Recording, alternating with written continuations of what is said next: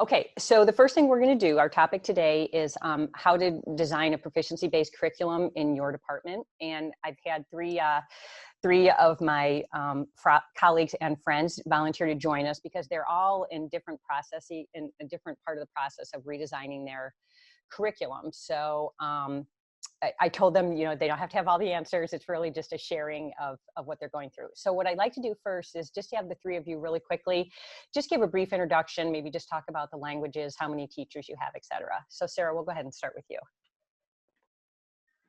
Hi, I'm Sarah Morales, and I'm the curriculum manager for world languages at Cincinnati Public Schools. We offer about 10 languages, K to 12. We have Arabic, Chinese, French, German, Ancient Greek, Korean, Japanese, Latin, Russian, Spanish, and I still feel like I'm forgetting something, but we have a variety of programs. We have one dual immersion Spanish elementary school. We have 4+ programs with various languages. In our high schools, we offer level 1 through 3 and at least one language in all of our high schools, and are working on expanding access to languages and AP offerings because we only offer AP in 2 high schools at the moment. We're also trying to expand heritage language and investigating IB. There's about 100 teachers, and that's CPS World Languages in a nutshell. All right, that's a lot. Okay, Betsy, go ahead from Solon. Hi, good morning. My name is Betsy Beveridge, and I am a Spanish teacher at Solon High School, which is Northeast Ohio, suburb of Cleveland. I'm also the World Language Department Chair there. We are, let's see, next year we'll have 11 teachers at the high school. We offer 4 languages: American Sign Language, French, Chinese, and Spanish. Is that everything I need to say? I think so. Yeah, I think that was it. We'll get some heavier stuff as we go into it. Okay, and Travis, go ahead.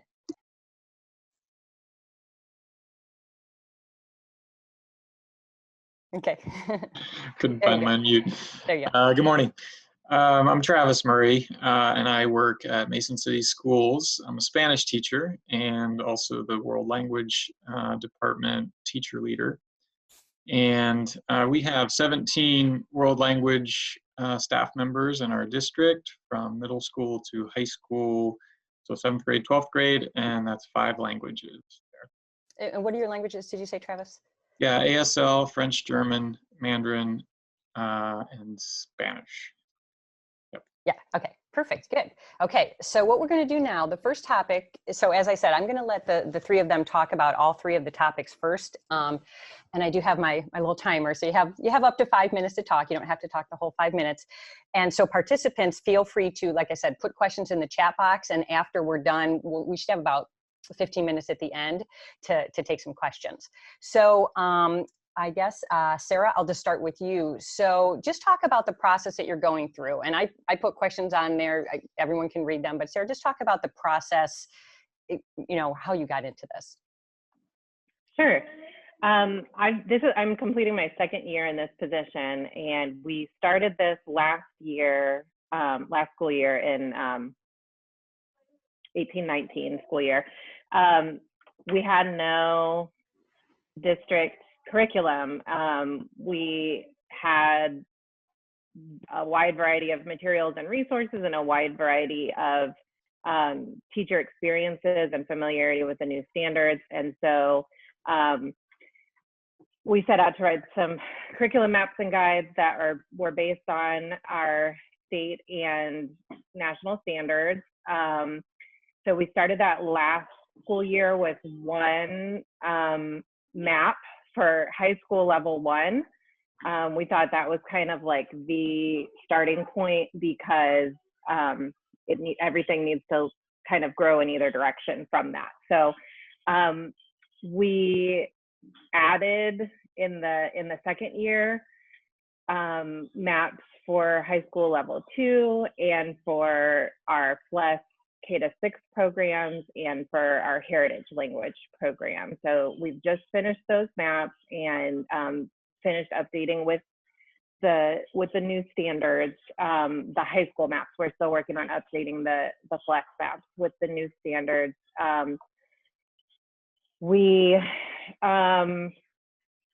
Kathy, am I supposed to talk through just the process right now, or should I kind of go into the resources? And We're going to do that one separately if you don't mind. But if it sure, fits no out, problem. I'm sure we'll overlap. So if there's, you still have a few more minutes to talk. So if you want to add, okay. feel free. Yep. Yeah, just that I collaborated with my teachers to do it.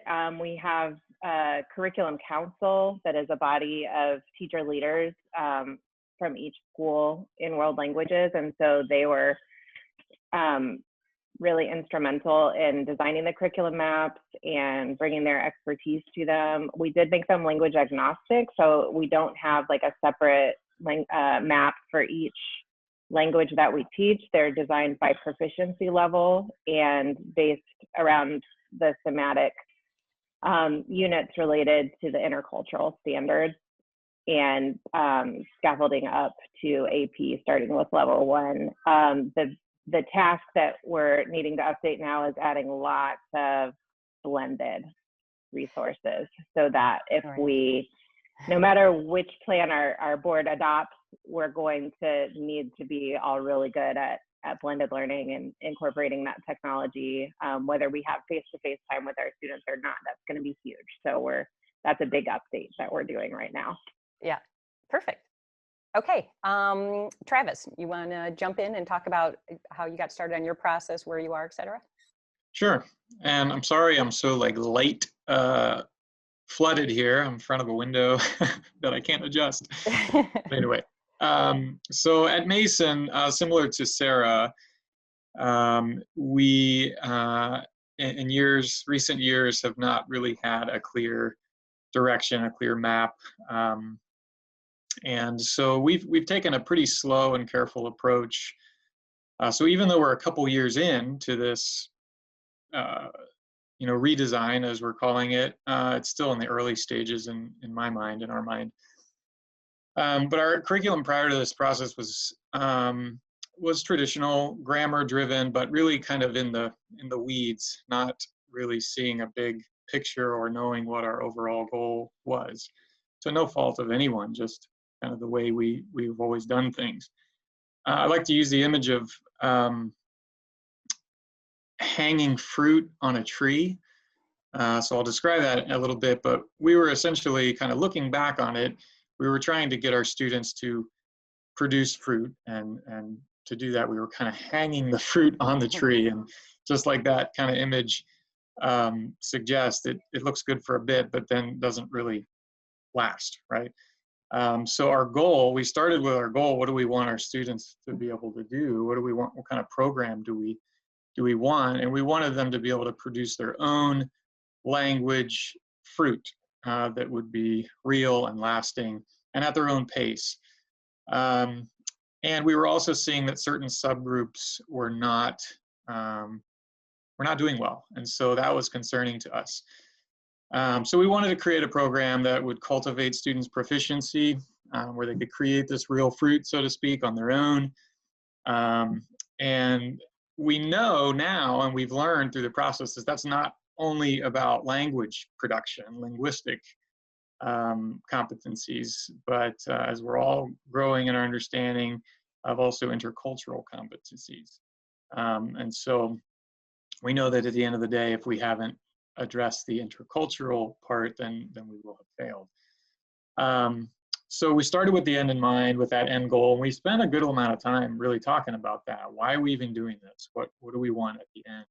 And then we spent just the beginning stages. What were our initial steps? We spent a whole year actually trying to turn off everything we thought we knew. And we did research, we read books, and tried to kind of just be a new learner to this whole, what is language teaching? What do we know about language acquisition? And we surveyed students, we researched, we visited different schools, talked to different people. So that was really a whole year where we even, before we even did anything. So I can maybe, do I have a couple more minutes? Yeah, you still got a couple minutes. Okay. And so that was the first year. The second year, we really focused on what is proficiency, because we realized that that was a goal that we wanted. And so we needed to figure out what that was, what it was it what it wasn't. And we took an honest assessment of ourselves and realized that collectively we had very limited knowledge of what proficiency actually was, and how we could use our understanding of proficiency for the good of our students. So we spent that whole second year and probably about 15 to 20 hours as a group, carefully going through ACTFL's proficiency guidelines, each of the levels, sub-levels, and really digging into that pretty deeply that last year. And then we started into, with all of that couple years of knowledge and understanding, we moved into thinking about level 1 across all languages. So there's obviously more involved in that, but I'll pause there, I think. Okay, perfect. Yeah, and I think you brought up some really good points. I'm looking at trying to sort of keep a look at an eye on the chat box, is that you brought up the point that this is not like a one-year process. I mean, you spent 2 years just trying to figure out what you want to do. And I think that's a great way that, what do we want it to look like? Think outside the box, that we may have to just rethink everything we've thought about language, especially like you said with the culture piece, and that it's not a quick process. It can take several years to do it. Great, perfect. Let's see, who didn't share? Betsy, go ahead. Okay, so we're about in our 7th year now. We started back in June of 2013, right at the end of the school year. We had our first meeting about, what are these new standards? What do they look like? What is the IPA? How does that look to get to that in the classroom? We kind of just jumped feet first, dropped our textbooks and ran with it. And it was really hard. I mean, luckily we have, we work in PLC teams, and we really rely on each other, which has really, over these last 7 years, been a great thing. In the beginning, it was hard because we still had the grammar people that really were struggling with the new IPA and what it looked like and how are we doing this and how is that gonna affect our AP students. So currently 2 of the languages have picked up a textbook that they use as a more guiding resource, and Spanish and sign language still do not use any textbooks. We find all of our resources, our authentic sources online or in other resources that we look through. Before we made this transition, we were all textbook all the time. We followed it, unit by unit, grammar, vocab, whatever. But it wasn't, the typical authentic sources at that time. So really, I mean, the push was from some of the Spanish or some of the language teachers, but also our administration was a huge support. They were kind of like, okay, we're going to do this, so we're doing it. And I think without that push from our administrators, some of the teachers wouldn't have gotten on board because they were kind of set with, what they were doing, and which isn't wrong. I think over the last 7 years, what we found is we have to find a happy medium.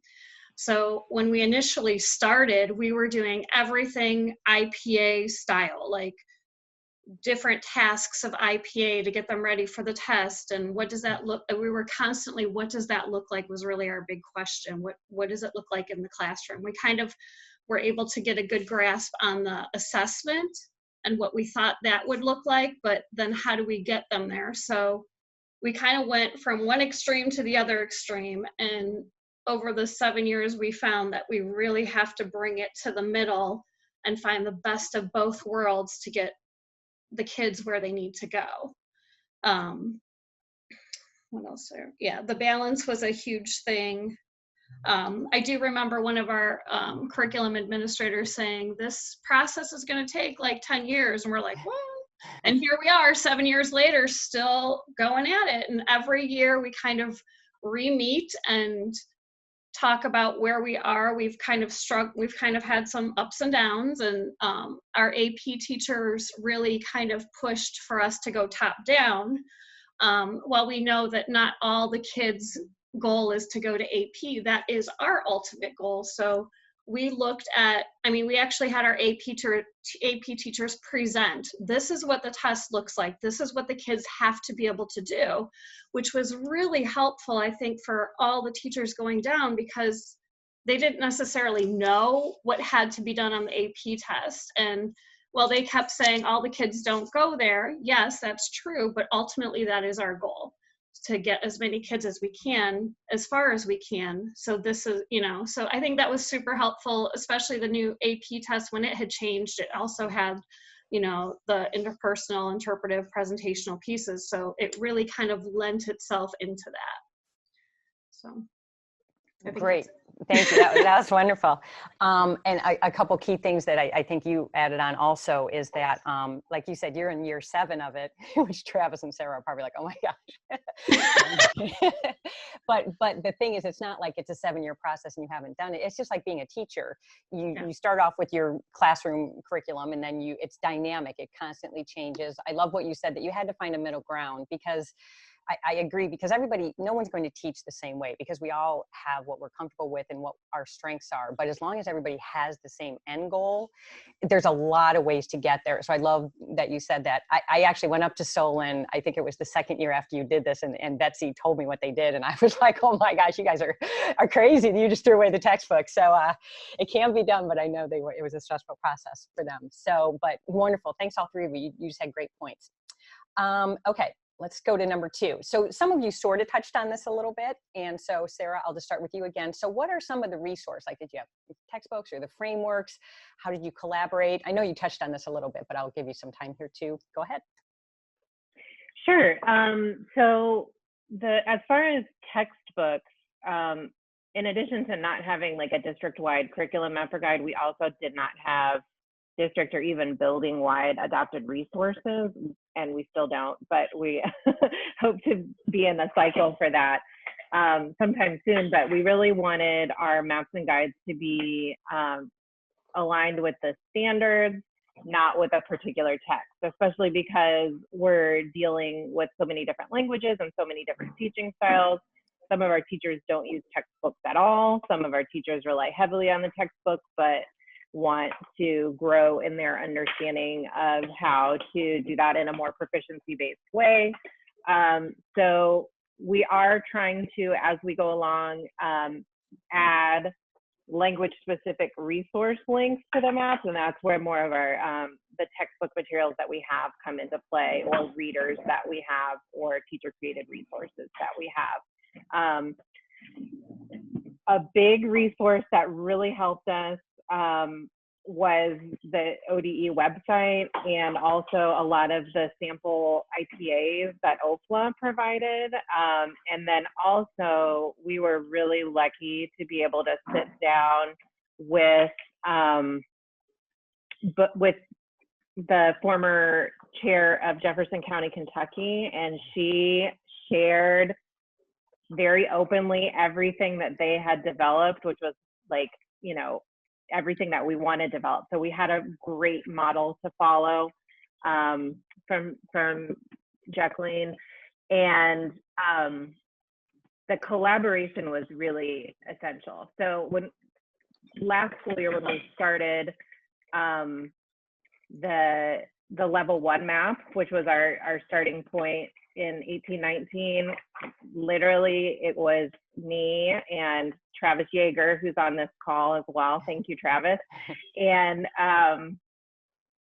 2 other teachers from a couple of other high schools in the district. And we met on Saturdays and we did all of this work. Last year, when we wrote 4 more maps, our team grew, and the people who felt like they could lead this work at each grade level really expanded. And that was really exciting to see, because we had, I think, about 15 teachers collaborating to get those maps done. And then the curriculum council that I mentioned is a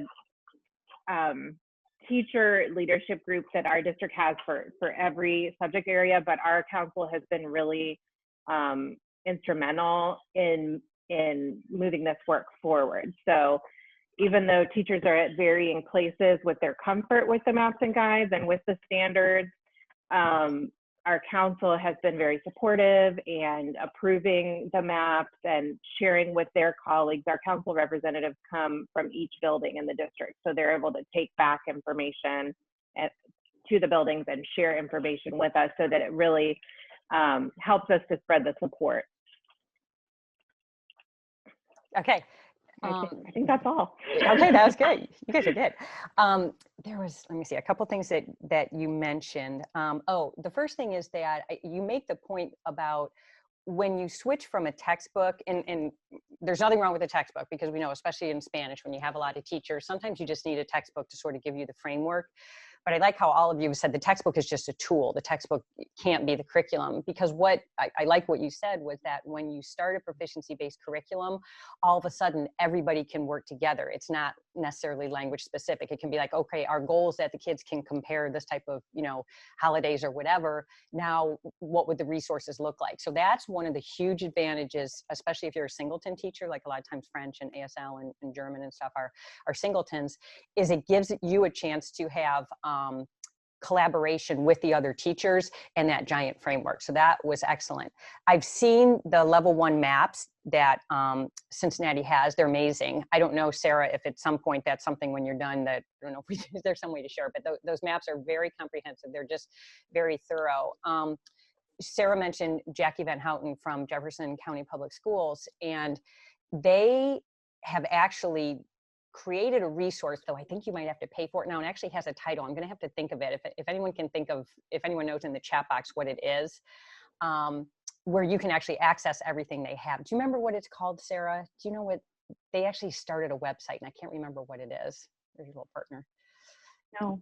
Okay, I'll think of it, and if I think of it, I'll add it when I post the chat. I'll add it. But okay, good. Let's jump on to, let's see who's next. Travis. So go ahead. Okay.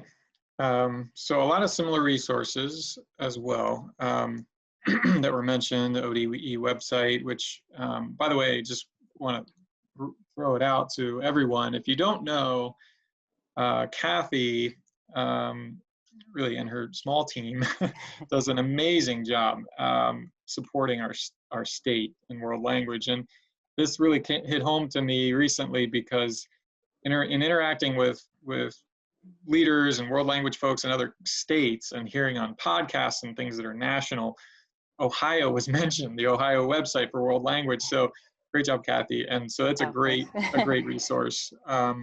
Labor of love. And I know that's the fruit of a lot of people, not just you, Kathy, but you're certainly behind that. So thank you. Thanks.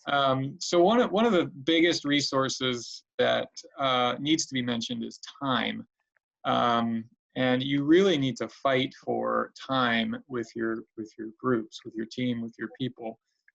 We had the great advantage, I guess, of having three carved out times a week with our departments. Now, I know that can sound like, whoa, 3 department meetings a week, but it wasn't a meeting. It was time for us to do what we needed to do, what we wanted to do. And it was short amount of time. And so we really used that time well. But then our district also was great in giving us lots of pull-out time to work on this. So time is a huge resource that goes, without mentioning that, can't get much done without time. But another thing too is that when you have the time with your groups and your teams, it needs to be used well. And as a new leader in my department, I needed help to know how to manage time well when I have 17 teachers with different experience, with different opinions and strong emotions involved and decisions that affect everybody's day to day. And if you know anything about those three things. That's a cocktail for a challenge, right? And so one of the resources that I'll share is a book it's a manual really called Tool Time for Education. It has nothing to do with world language, but it really changed our work together in the last couple years. And it's a tool for how to gather input from your groups, how to make decisions, how to make sure everybody's feeling like their ideas are valued. And there's tons of things in there. I haven't even cracked the surface, but it's been great. I'll post a link if I can somehow that'd be to great. that resource. In the chat box. Tool Time for Education, it's called. So ACTFL has been another huge resource for us in these initial years. And then let's see, other resources just on the kind of the conceptual level, not so much in class yet, haven't talked about that, but the can-dos from that are posted on ODE's site, obviously the new standards as well. But then there's another great resource from ACTFL that we've used called the Keys to Planning for Learning, which is just awesome, has a lot of great just solid practices in terms of how to plan well with all of this in mind, backward planning. And then Terry also is on this. I saw her. Terry Wiekert is also heavily involved, as you all probably know, in our state and national level even. So she's been a great resource to us as well. We spent some time with her, and you can sit at Kathy's feet for any amount of time. It's time well spent, and Terry as well. You can just glean tons of ideas and just a good kind of soundboard as well for them. And then we're in the early stages when it comes to resources kind of at the curriculum level, but we have pretty much all but dropped textbooks and have really moved to kind of a menu of things out there that we can curate, and as Sarah I think mentioned, kind of link into our developing maps for different languages and so on for our students, whether it's an authentic piece or whatever. So I don't foresee us returning to traditional kind of textbook resource, though you never know. But we use a lot of different things right now, and I'm sure that will develop too as we move forward into the process further. Let's see if I forgot anything on my list. I think I'll stop there for now. Okay, that was wonderful, Travis. A couple great things that Travis mentioned. Number one, like you said, is time. And he's right, you really do, and Sarah mentioned this too, is that you really do need the administrator support to really help get everyone on board, to get that time, that pull-out time, because that's so difficult, as we all know. It's so hard to get that time. I think, yeah, Travis, if you want to, did you put that book? Yeah, if you want to put that in the chat box, I think you can put it in there. I think Travis and Sarah both mentioned the same thing, and Betsy earlier too, is that, again, it gets back to, there's a lot of emotion involved in the way we teach. Because like I said, we all, especially, if you've been teaching a long time, you know what works for you intuitively. So it is that we do need to be careful that we are, I mean, it sounds sort of social emotional, but it's very true that you really need to validate, okay, what do you think, what's going on here? It's really it's like a culturally responsive teaching. It's like a cultural competence thing, that you know and understand the culture of your department. Different languages have different, you have the spoken languages versus the visual languages like ASL, and you have Latin, which is a little bit different. So again, acknowledging that there's different types of languages, there's different feelings, there's different methodologies, and as long as you all have that ultimate goal, it is a process of validating and acknowledging that there are going to be differences, but we're all going to get to the same place. Wonderful. Betsy. Okay, I'm probably going to echo a lot of what was already said, but that's good. I think that one of our biggest resources was each other. And like Kathy said, validating what everybody's feeling at the time, because it is it's hard. It's a hard process getting everybody on board. And I think without the support of our administration saying that you're moving forward, then, you know, it would have been a little bit more difficult. So, and we still, you know, we still have some struggles, but I think leaning on each other with your strengths, and, you know, we have some teachers that are great at finding resources. I mean, super fast. They're like, and they're great resources. So, you know, just finding the strengths of each other. When I had started this, I was also newer as a department chair. And one of my things was I am leading you, but I'm leading with you. I don't feel like I'm like the boss of everybody and telling everyone what to do. I think that I need everyone's strengths to help. You know, we're truly a team, and we worked over the years to kind of create that team. And I feel like we've come a long way in that sense. So I think our biggest resource at the time was ourselves, because ODE had great resources and they were just starting to put out the first model curriculum. So we did lean on them a lot too. And I think with our curriculum design, we followed one of the templates that you had put out is where we started putting all of our curriculum that we kind of would revisit every 1 or 2 years to make sure we're still doing the same thing. Because like I said, we had some dips and things, and, you know, we were worried about, you know, the kids that were in AP, were they learning everything they needed to learn to be successful? Because without having a textbook, we didn't have a framework. And so we did kind of figure things out that way.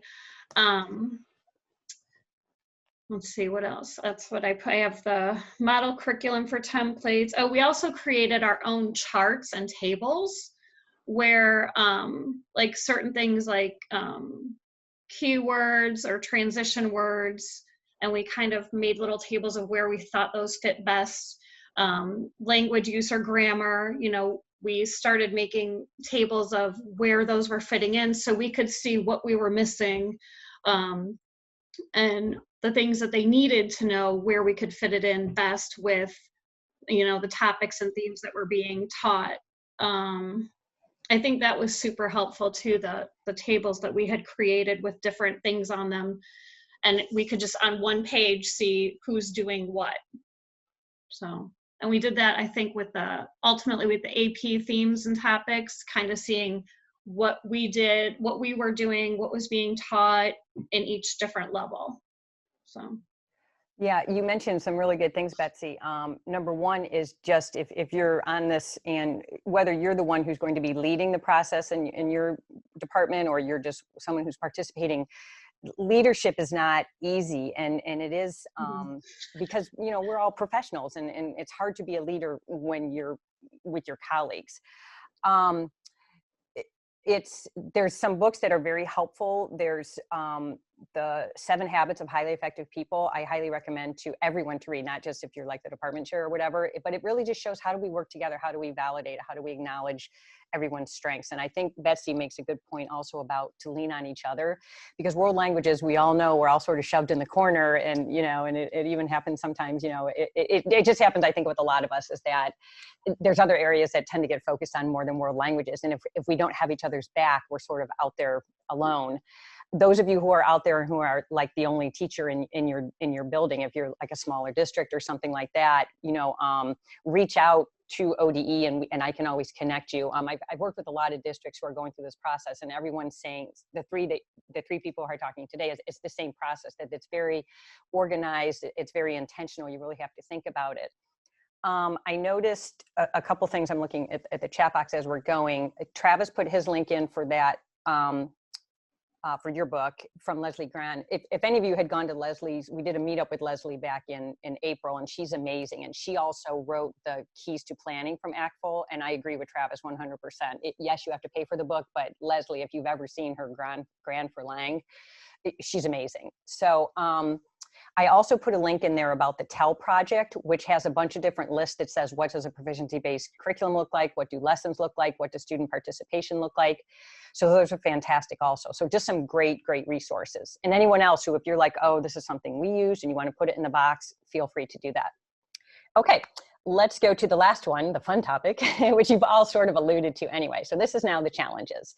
So what are, some of you mentioned them already, but if maybe you want to get a little more specific. So Sarah, you want to go ahead and start? So challenges and advice you would give to someone who's redesigning. Sure. I think the first challenge is kind of what you were mentioning, Kathy, about, you know, the relative value that's given to world languages in comparison to other subjects in the district. So for instance, my role in the curriculum department was just created in 1819. Before that, it had been an add-on to the ESL manager because we have a very large and growing ESL population, which also meant that that manager, despite her passion and best intentions, is dealing with, you know, compliance issues for this growing population. So really there hadn't been a focus on it in the district for, I would say, decades.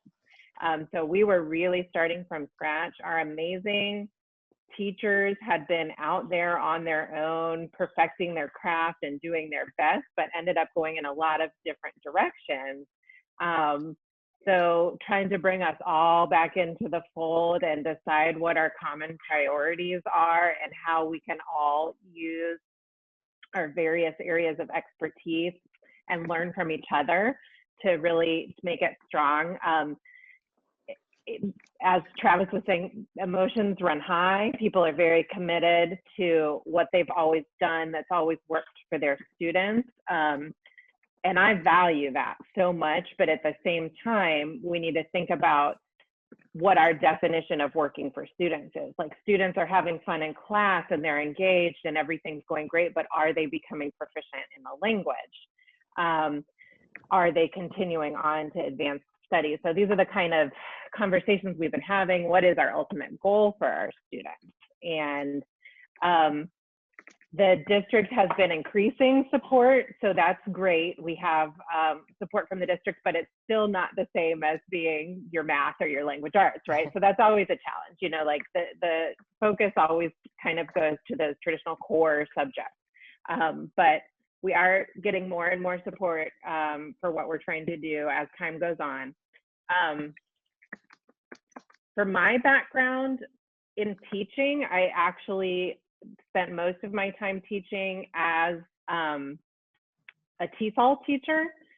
And so one huge challenge for me personally, and then rolling down to teachers in the district who are trying to embrace the new standards, is that in the world of world languages, comprehensible input is like this faction or this you know, political movement almost, whereas in English as a second language, comprehensible input is just one of the things that you must have for second language acquisition.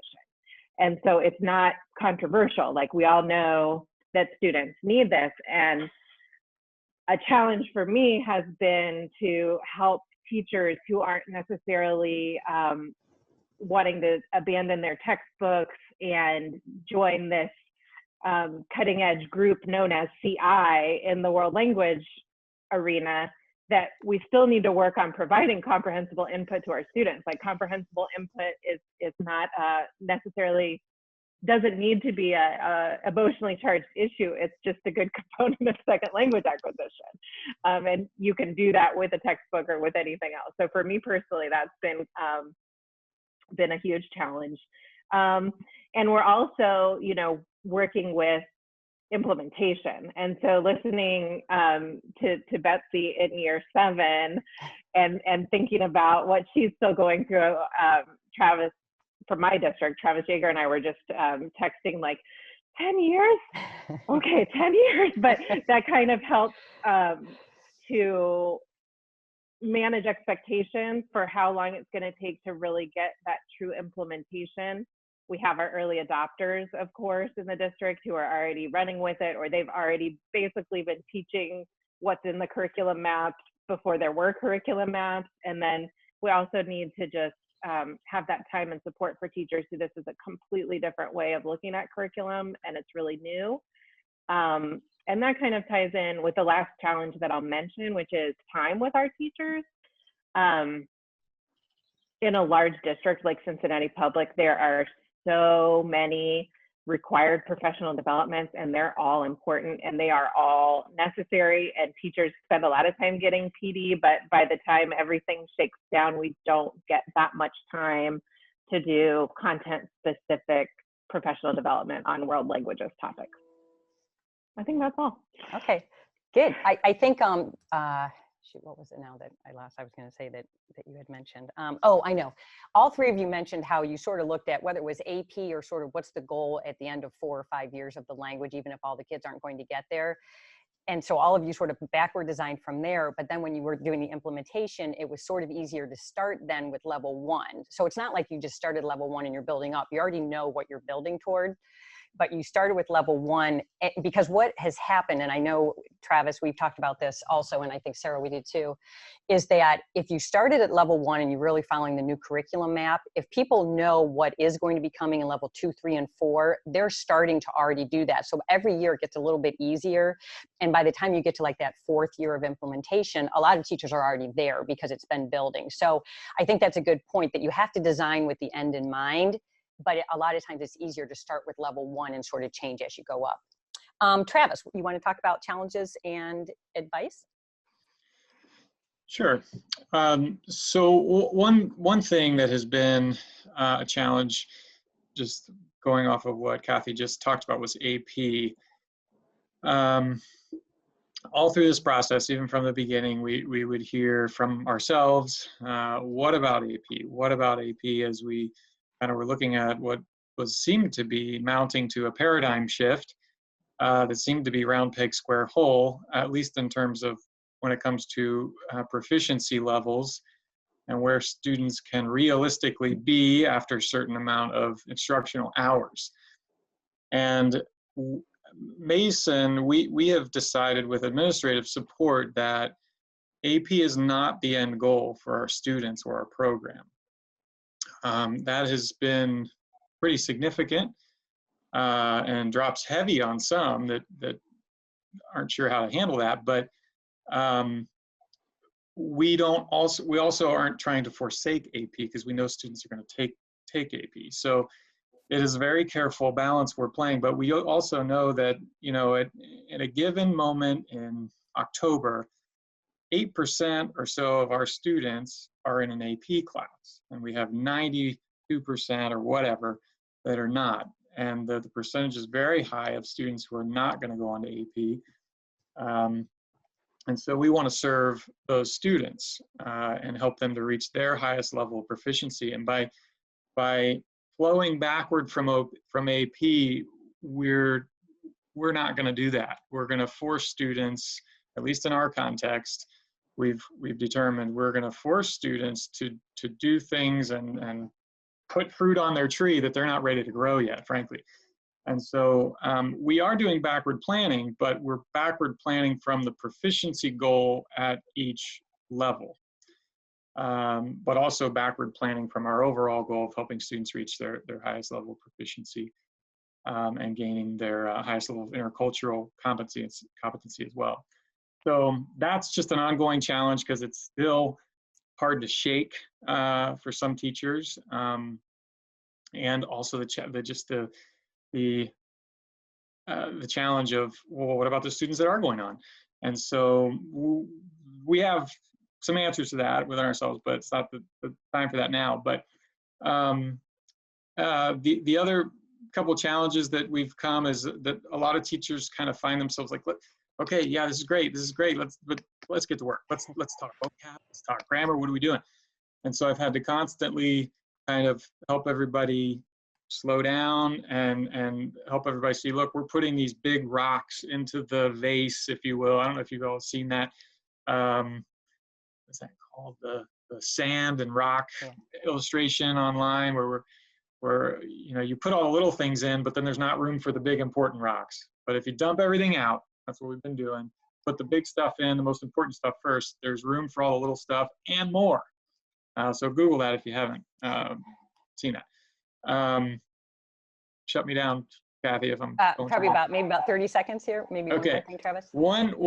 Just one takeaway, one thing to try if you're in your department or you're a leader, or you have a chance to have a say in what you do sometime. Try creating a working definition of something that you're talking about. So maybe you're like Sarah mentioned, I think what's working for students. What does that mean? What do we mean by proficiency? What do we mean by homework? When you have everybody write down what they mean when you're talking about some word or something, you're going to get, in our case, 17 different definitions. And if you can come together on what you're all talking about, your productivity and your efforts will go further. So just one little thing that could help overcome some challenges there too. Great. Those are great conversations and thoughts on that, Travis. Betsy, go ahead. A challenge and advice, and then we'll open up to some questions. Okay. I guess the biggest challenge we had 7 years ago when we first started was getting everybody on board, because we kind of did just dive right in. So a piece of advice of that is really hearing everybody in your department, not just letting them voice their concern, but hear it and kind of act on it, because we do a lot of collaboration and we have lots of conversations, and you can't get your feelings hurt in those conversations. It's not personal. It's just work. I mean, so I think letting everybody have these great conversations. We have a lot of great teachers, and listening to each other really has, over the years, helped us grow and get better every year. I mean, there's no end. You just, every year we meet once a week in our PLCs, and we have after school meetings once a month or twice a month, and we're constantly talking, and we're constantly looking to make it better and improve and changing. And I think, letting people know change is coming, and it's just going to keep happening, and getting comfortable with change is a hard thing. But ever since I've been in Solon, I mean, even before I was the department chair, we were constantly changing every year, improving, and looking at things and how can we make it better. So that's one thing.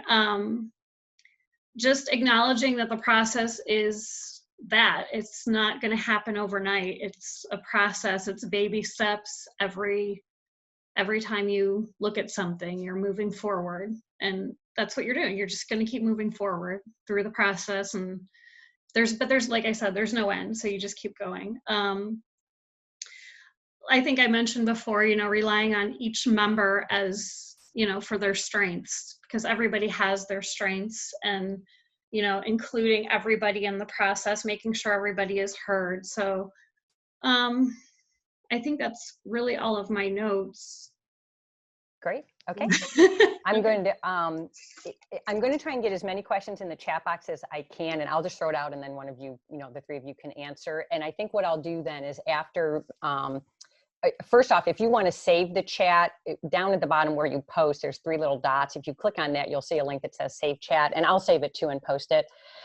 Everything is posted on the ODE page, where the distance learning page, where the schedule is. That's where all the links, like the recordings and everything, is on there. And yesterday's recording is already up.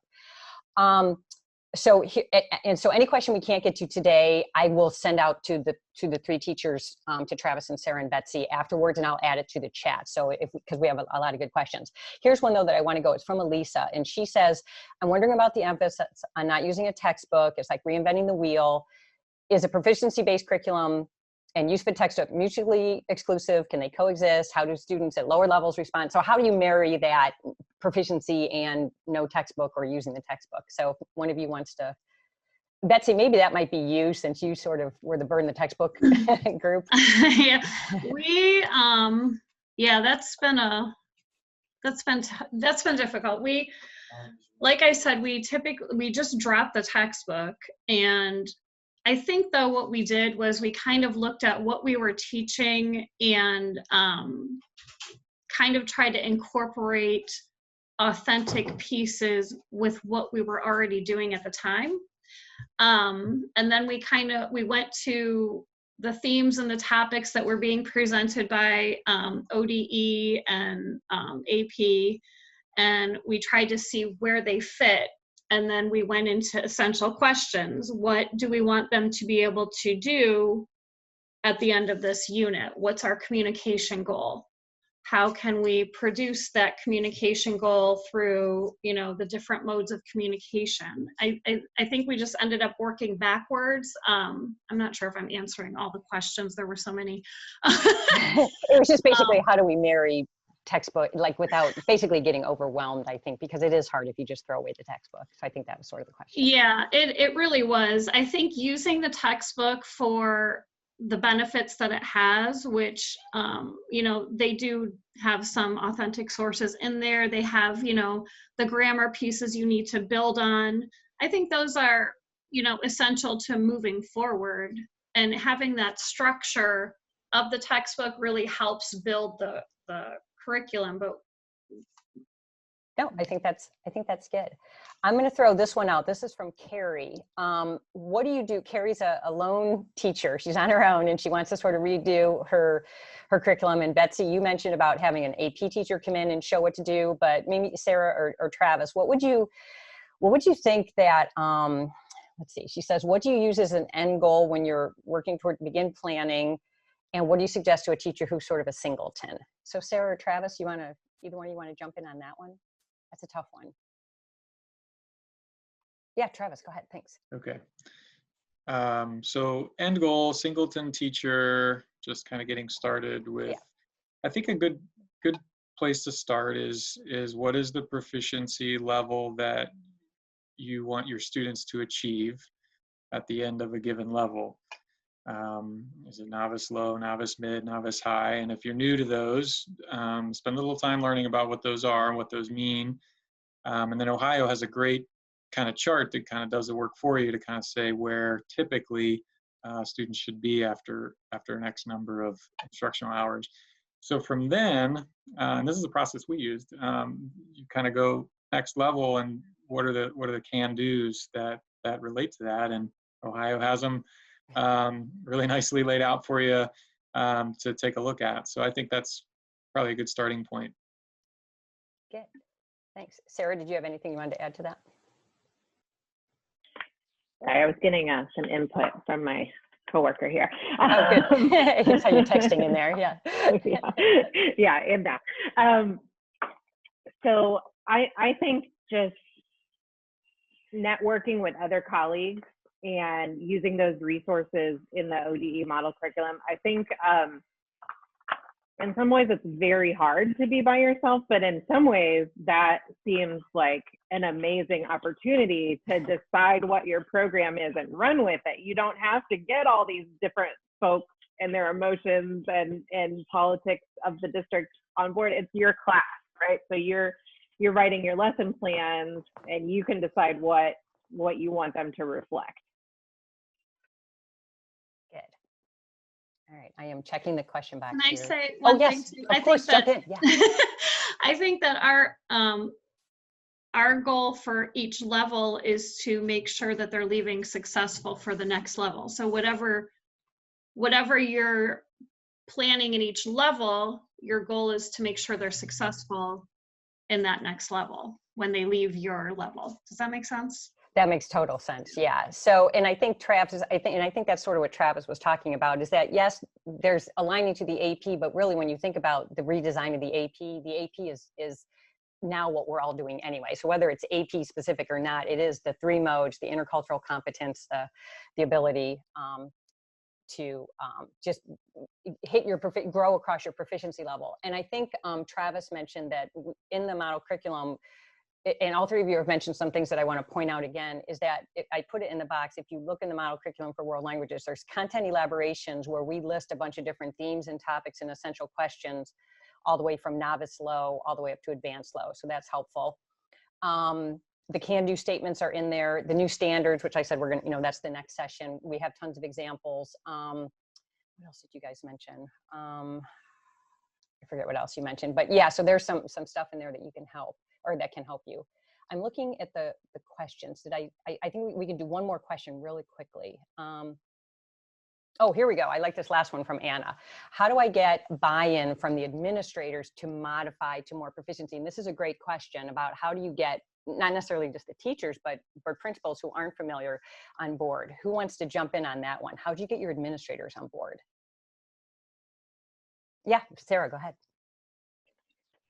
Well, just to be clear, I am the administrator, but I do work with principals, so I'm gonna we'll go for the principal. I think more from the principal buy-in perspective. I think so, yeah. It's pretty challenging because even principals who have some experience with learning world languages in the past mostly have studied it in a traditional grammar-based way. And so kind of getting them to wrap their head around the concept of proficiency and what instruction looks like to get students there is challenging. One thing that we did in our district is we created a tool called Evidence of Success. So it has what teacher behaviors and what student behaviors would look like to show that what's happening in, let's say, a level 1 classroom where maybe students aren't really ready for a high level of output yet, to see what are those look for student engagement and monitoring growth, and just getting them familiar with proficiency as a concept and as a goal. And I think you hit it, because a lot of times our administrators who aren't familiar think of it again as the vocab and the grammar and the content, when it's really more than that now. And I see a lot of people are putting in there great examples. And again, now that we've redesigned the standards, and the standards are completely proficiency based, I mean, it's literally, you can say, here's the state standards if we're going to follow the standards. Okay, I see it is 10:15, and I want to give you a break in between if you're going to hang out for the second session. If you're not, that's okay. So a couple questions came up. So if you need, I'll put the link in again for the how to get contact hours, and you just, and when you go into the contact hour thing, you can fill it out once, or you can keep going back in. You're able to keep submitting, and then I just get the spreadsheet, and I'll check like at the end of the week. So when you go in there, it'll say like, I attended June 23rd this, June 24th that, or whatever. So if you filled it out once, if you haven't checked the box, you have to go back in and check the second box. But at any rate, so that's how you do that. So I'm going to go ahead and thank Betsy and Sarah and Travis. If you're comfortable with it and you want to put your emails in the chat box, feel free. If you're comfortable with people like reaching out to you, I didn't want to do it. I didn't want to make an assumption, but you guys had some great information.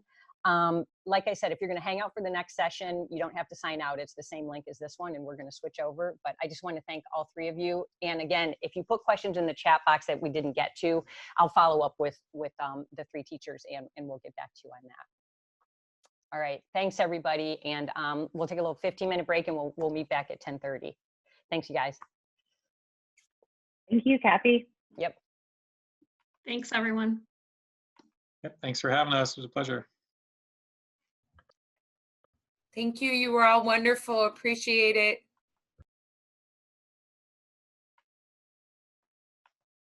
Hey, Kathy. Yes. Yeah. What is the next session you're doing? I'm going over the new standards. The new standards. Okay. So the new framework for the standards. I think you're, Gotcha. So you're welcome to stay if you want, or if you're like, I think. Is it on this link?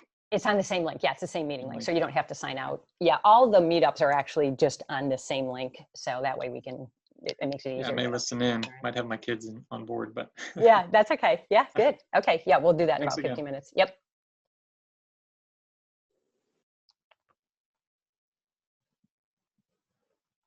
Kathy, Yes. I have a quick question that I didn't get a chance to ask, but is there any particular tool that that departments will use to physically create their curriculum maps and their curriculum work? You know, the few of them talked about keeping databases and keeping documents and all of that, but is there a great tech tool or something out there for that? I have a tool that who is this? I didn't see. I'm sorry, it's Callie Hunt, and I just realized my video is not on. Okay, I thought it was you, because yours the only one that was like, didn't have the mute on it. Kelly, let me put a link in there. Sarah, put her coworkers are growing impatient. I have a link. It's some Google Docs that I use when I go out and when I was allowed to do face-to-face PD. And in it are some templates for designing curriculum. Let me, hang on, let me go on my other computer here. I got 2 of them going. Let me find that link and put it in there for you. And basically what it is it's that the content elaborations thing that I mentioned in the model curriculum. It's that same type of thing where it's just what's the essential question, et cetera. But let me, hang on for a second. Let me go on my other, computer and find this for you. Because I've already gone through like all of the ODE content elaborations and sort of matched all Okay, that so up you're good with that. levels, and I kind of have my own like Google Sheets Yeah. This document. But I didn't know if there was anything else that might be really helpful with, especially once you start curating all the different things into it. Yeah. Let me send you, because this is one that wasn't like if it to be on the ODE website, it has to be like ODE approved. And this is just one we use in our, that I use in my workshops that teachers can access. I'm going to put it in the chat box right now. Oh, perfect. And then just copy that link. So if you go to that, and then when you get in there, you'll see, which is the, actually, you know what, if you go, there's a folder in there that's called WCS, which is actually, I did this for Westerville schools, but I think you can access it too, is, hang on for a second. Trying to get in there and look around and see what I got in there.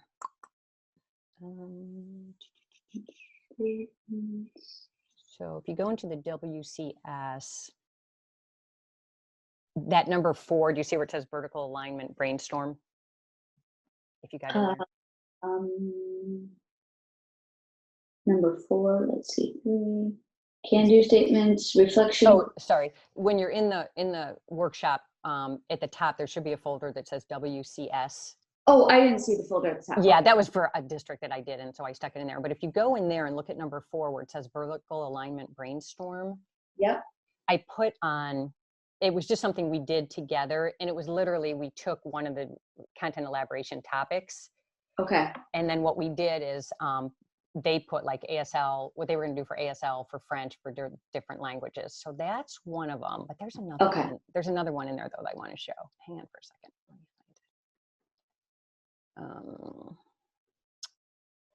Where is that one? Maybe it was. Let me check number 3. Yes. Go back to the main folder, and look at number 3 where it says handout design intercultural units. Do you see that one? Yeah, let me get back to that folder. Okay, I'm sorry, which one? The number 3 where it says design, I think it says design intercultural units. It's not in, I'm sorry, it's not in the WCS folder, it's actually beyond, in the main, the first one. In the main folder. Okay, yeah. Number 3, handout design, there, that one. Yeah, so that's just one, it's not perfect, but it's what was another starting point, where in this one, like if you were going by, depending on how you set it up, where they went with, okay, what's my theme and my outcome for unit 1, and then what's my proficiency goal, and then what am I going, what's my outcome. So if the theme for, that's just something I give teachers to start with. Like I said, if you can take a look at Sarah Morales, if you can email her and ask her for their maps, they're a little complex, but they're also very thorough. Right. The Cincinnati public ones are just ridiculously good. And so, and ask her about the framework, because I thought hers was it was very systematic. It was very accessible, I thought. Okay, that would be great. And then one last question that I thought of was, do you know, is anybody in Ohio, is anybody doing their courses, by proficiency level rather than just by like level 1, 2, 3, 4? The only one who is working towards that that I know of, I'm not saying that there aren't other, is Upper Arlington.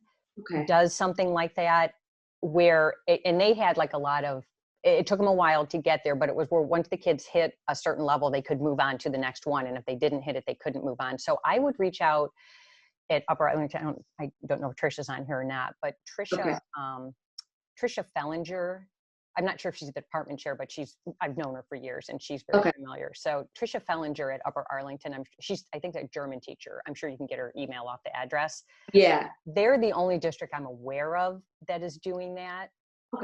because you know the logistics of the reality versus Right. I was just Yeah. curious because we were, we're talking about lots of different things, and I thought I would just see if anybody's doing that. But Yeah. thank you so much for this. This is really helpful.